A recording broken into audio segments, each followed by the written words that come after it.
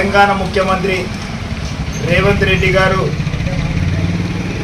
పేద ప్రజలను దృష్టిలో పెట్టుకొని అందరికీ సమానంగా భోజనం చేయాలని చెప్పి హెచ్చుతగ్గులు లేకుండా రేవంత్ రెడ్డి గారి చలవ వలన Achampet MLA doctor Vamsikrishna sir గారి దయ వలన ఈరోజు ప్రతి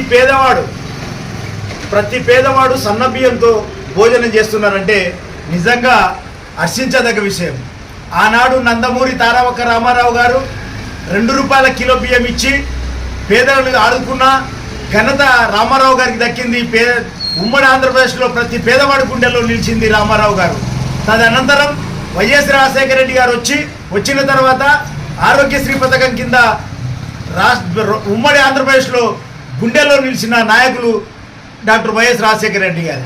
అదేవిధంగా ఇవాళ సమానంగా అందరం ఒకటే భోజనం చేయాలని చెప్పి రేవంత్ రెడ్డి గారు పెద్ద నిర్ణయం తీసుకొని ప్రతి ఒక్కరు పేదవారు సన్నబియ్యం తినాలని చెప్పి ఆశీర్వాదంతో ఇవాళ ప్రతి కంట్రోల్ షాప్లో సన్నబియ్యం దొరుకుతున్నాయి. నిజంగా కూడా కాంగ్రెస్ ప్రభుత్వానికి రుణపడి ఉండాల్సిన అవసరం ఎంతైనా ఉందని చెప్పి ఇవాళ సన్నబియ్యంతో ప్రతి ఒక్క పేదవాడు తింటున్నాడు. నిజంగా హర్షించదగ్గ విషయము.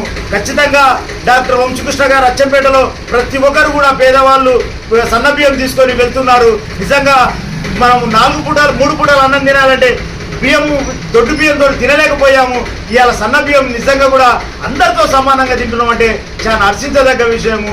12వ షాప్లో సేటు గారు ఇచ్చినటువంటి సన్న బియ్యం తీసుకువెళ్ళడానికి వచ్చిన ప్రతి ఒక్కరికి పేరు పేరున ధన్యవాదాలు తెలుపుతూ